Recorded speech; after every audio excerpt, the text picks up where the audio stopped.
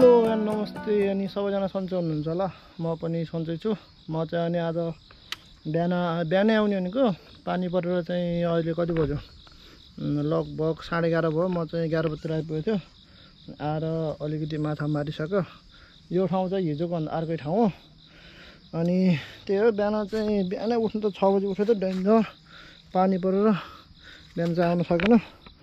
मैले त आज चाहिँ माछा धोबी मारिसकेँ। आज चाहिँ अलि धेरै मारिसकेँ। छेलबाल छ यस्तो कि यो माछाको चाहिँ काँडा हुन्छ क्या, तिलको माछा जस्तो काँडा हुन्छ। अनि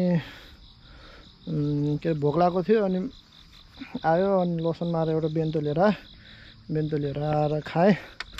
माछा पनि ठाउँ चाहिँ यस्तो छ। एकजना जाप्ने जुडो उता छ, अनि यता चाहिँ अहिले छैन, पानी पऱ्यो होला, एकछिनमा आउँछ। अनि अब माछा चाहिँ कसरी पर्छ भनेको चाहिँ म देखाउँछु। यो मेरो चाहिँ फिसिङ रड चाहिँ यो चाहिँ लामो भएर मैले निकालेर यसरी गरेको। त्यही हो, अब माछा मारेको देखाउँछु म तपाईँहरूलाई। यतिको देखेछ मलाई, यतिको ठिक छ। मेरो चाहिँ यो गोप्रो बिग्रेछ नि त, तर पहाडको डिस्प्लेमा चाहिँ देखिँदैन क्या, त्यही भएर हो। ल सायद देखिन्छ होला। अनि माछाको दाना भइहाल्यो चाहिँ होइन, दाना मैले ढुङ्गा छ क्या।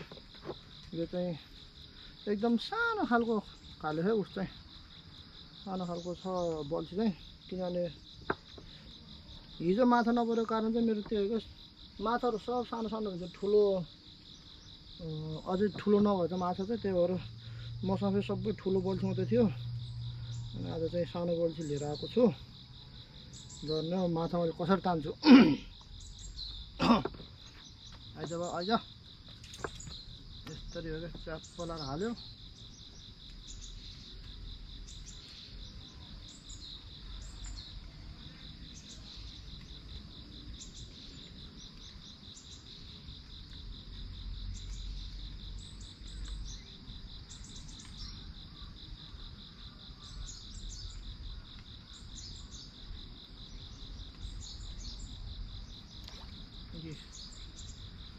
माछा मार्दाखेरि चाहिँ वेटिङ गर्नुपर्छ, धेरै हल्ला गर्नु नै। यो चाहिँ सानो भयो, अझै ठुलो निकाल्छु। सानो परेको हल्का चिसो लागेको अवस्था।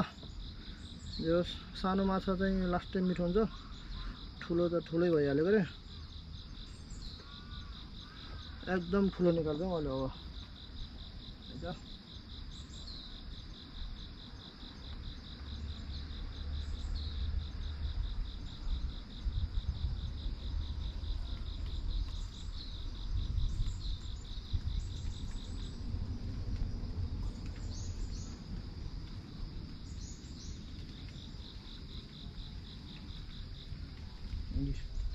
अहिले चाहिँ खाइदिएँ।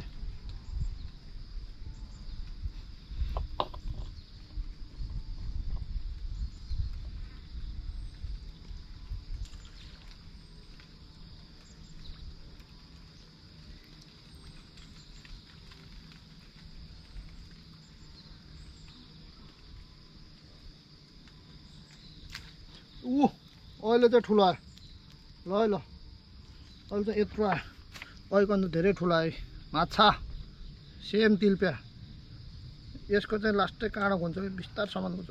ओहो यस, अहिले ठुलो आयो यो चाहिँ।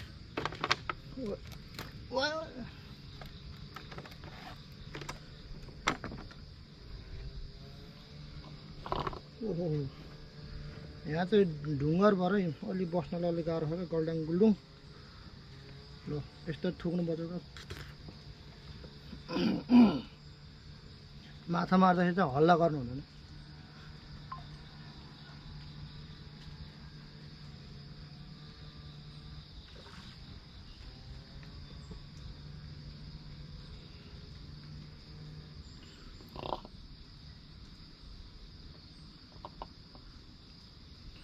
यहाँ चाहिँ ठुलो माछा पनि छ। हामी चाहिँ ठुलो माछा भन्दा सानो माछालाई तार गरेको काम हो। ठुलो माछा खाँदा अलि वाक्क भइसक्यो। ठुलो माछाको लागि चाहिँ बल्छी पनि अलिक ठुलो खालको हाल्नुपर्छ। 1 घन्टा 1-1.5 घन्टा चाहिँ यही सानो बल्छी खेलाउँछु अनि ठुलो फेरि यत्रो निकाल्छु म।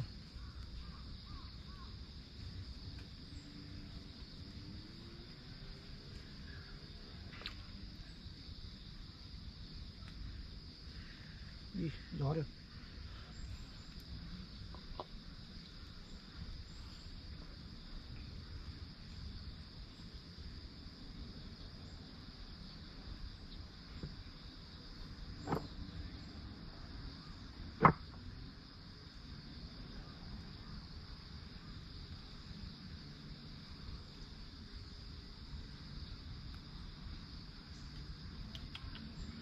दाना खस्यो।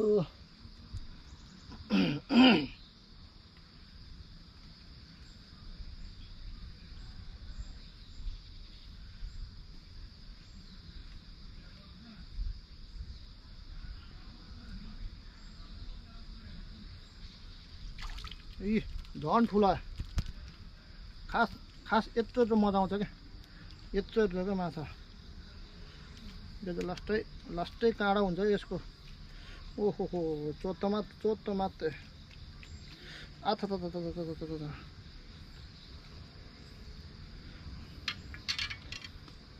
माछा कत्रो छ म देखाउँछु तपाईँहरूलाई।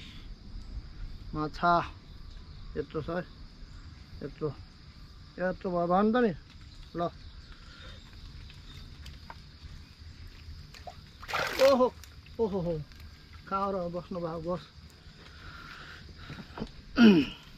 ल त्यही हो। म चाहिँ अब धोबी माछा मार्छु। आज चाहिँ जे सानो बल्छी लिएर आएको। छिटै भरिन्छ होला। भरिनु चाहिँ घर भागिहाल्नुपर्छ। ल bye bye see you. 1 hour later. म चाहिँ हिँडेको माछा टन्नै मारियो तर ठुल्ठुलो छैन क्या। माछा अलिक सानो छ। अनि त्यही हो। यहाँ चाहिँ हामी पहिला बारी गएको ठाउँ। आज पनि यहाँ अरू मान्छेले बारी गरेर यो ठाउँ चाहिँ दामी हो। गऱ्यौँ भयो 11, 12, 1, 2 लगभग 3.5 घन्टा माऱ्यो। घर च्याप्प गरेर फ्राई गरेर खानुपर्छ। ल कति माछा माऱ्यो भनेर चाहिँ घरतिर गएर भेटौँ ल।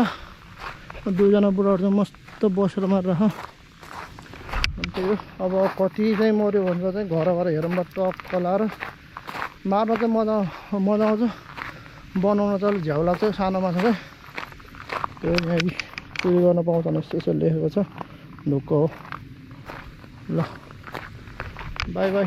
यो ठाउँ चाहिँ म आइन्न अब किनभने म फुकुका जाँदैछु। यो ठाउँ अब लास्टै हो यो। By by. पहिला क्याम्पिङ आउँदा पनि यो ठाउँ बाई बाई भन्ने थियो। ल आजलाई पनि बाई बाई।